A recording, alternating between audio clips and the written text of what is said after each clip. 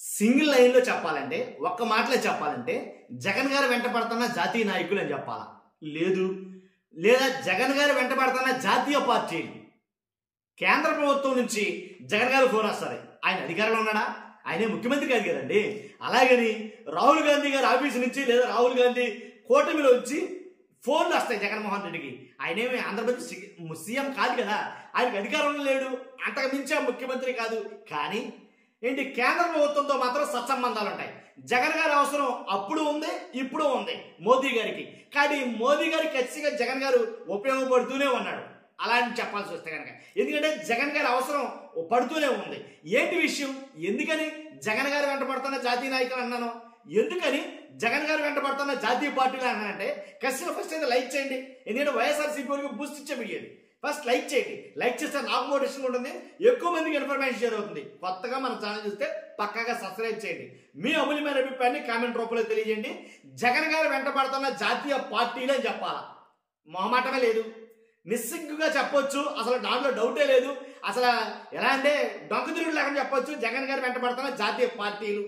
ఎందుకంటే ఆయన అధికారంలో ఉన్నా అధికారంలో లేకపోయినా, ముఖ్యమంత్రి అయినా ముఖ్యమంత్రి కాకపోయినా ఖచ్చితంగా ఆయన అవసరమైతే కనుక ఎప్పటికీ అవసరం పడతానే ఉన్నాడు. ఆయన కేంద్ర ప్రభుత్వానికి కావచ్చు, కాంగ్రెస్ ప్రభుత్వానికి కావచ్చు, ఎవరికైనా సరే. ఎందుకని అన్నానంటే, ఏదైతే ఇప్పుడు జరగబోతున్న ఉపరాష్ట్రపతి ఎన్నికల్లో ఖచ్చితంగా జగన్ గారు అవసరమైతే కనుక అటు ఎన్డీఏకి ప్రభుత్వానికి అవసరమైంది, ఇటు కాంగ్రెస్కి అవసరమైంది. కానీ జగన్ గారి మద్దతు 100% వాళ్ళిద్దరూ కోరుతారని చెప్పాలి. ఎందుకంటే సెప్టెంబర్ 9వ తారీఖున ఉపరాష్ట్రపతి ఎన్నికలు అయితే జరుగుతున్నాయి. దాని నిమిత్తం బీజేపీ తన అభ్యర్థిని ప్రకటించింది, కాంగ్రెస్ తమ అభ్యర్థిని ప్రకటించింది.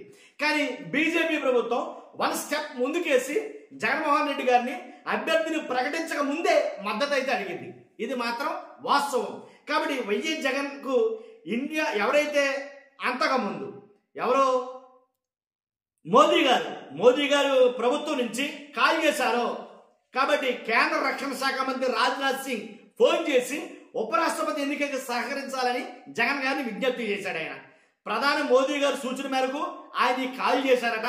అంతేకాదు రాధాకృష్ణన్ ఏకగ్రీవ ఎన్నికకు మద్దతునివ్వాలని జగన్ రాజ్నాథ్ సింగ్ కోరడం అయితే జరిగింది. జగన్ గారిని తమ అభ్యర్థి రాధాకృష్ణన్ ఎవరైతే ఉన్నారో తన అభ్యర్థికి మద్దతు ఇవ్వాలని కేంద్ర రక్షణ శాఖ మంత్రి రాజ్నాథ్ సింగ్ ఫోన్ చేయడం అయితే జరిగింది జగన్ గారికి.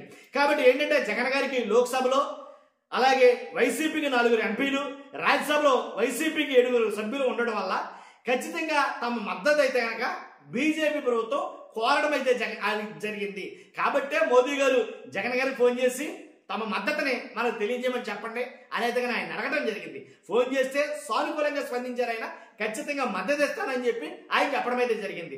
కానీ ఇదొక్కైతే ఈ ఏదైతే ఇప్పుడు జరుగుతున్న ఉపరాష్ట్రపతి ఎన్నికలు ఏవైతే ఉన్నాయో ఆ ఉపరాష్ట్రపతి ఎన్నికల్లో ట్విస్ట్ ఏంటంటే కాంగ్రెస్ పార్టీ వాళ్ళు కూడా ఫోన్ చేయడం అయితే జరిగింది.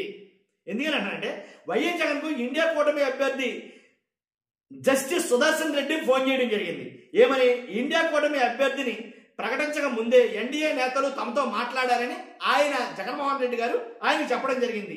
ఎందుకంటే ఇండియా కూటమి తరఫున ఉపరాష్ట్రపతి పదవికి పోటీ చేస్తున్న సుప్రీంకోర్టు మాజీ న్యాయమూర్తి జస్టిస్ సుదర్శన్ రెడ్డి ఆదివారం వైఎస్ఆర్సీపీ అధ్యక్షుడు మాజీ సీఎం వైఎస్ జగన్మోహన్ రెడ్డి గారికి ఆయనతో ఫోన్లో మాట్లాడటమే జరిగింది.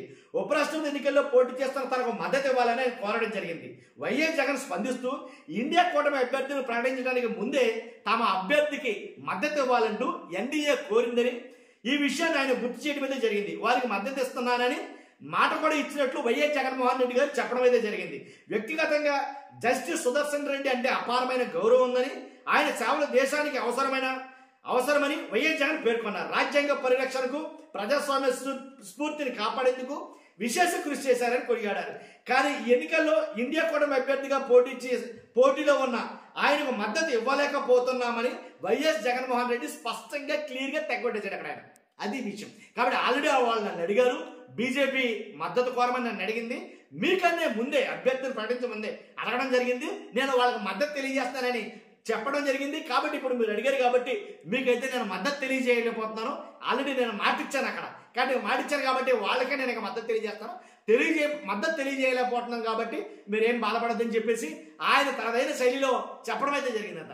నిజానికి ఇదండి, కాంగ్రెస్ ప్రభుత్వం అయినా బీజేపీ ప్రభుత్వం అయినా మోదీ గారైనా రాహుల్ గాంధీ గారైనా ఎవరైనా జగన్ గారి కసిగా జగన్ గారు వాళ్ళందరికీ ఉపయోగపడుతున్నాడు అనే మాట వాస్తవం. ఇదేనా చెప్పలేకుంది. కాబట్టి చూస్తున్న మీరు అందరూ కూడా మీ అభిప్రాయం ఏంటో ఖచ్చితంగా కామెంట్ రూపంలో తెలియజేయండి. నాదో మాట, ఇప్పుడు రాష్ట్ర స్థాయి నాయకుడా లేక జగన్ జాతీయ స్థాయి నాయకుడా? ఖచ్చితంగా కామెంట్ రూపంలో తెలియజేయండి. ఫస్ట్ అయితే లైక్ చేయండి, ఎక్కువ మందికి ఇన్ఫర్మేషన్ చేయాలి కదా, మీ బాధ్యతను చెప్తాను. అనేది కొత్తగా మన ఛానల్స్తో పక్కాగా సబ్స్క్రైబ్ చేయండి. Thank you very much.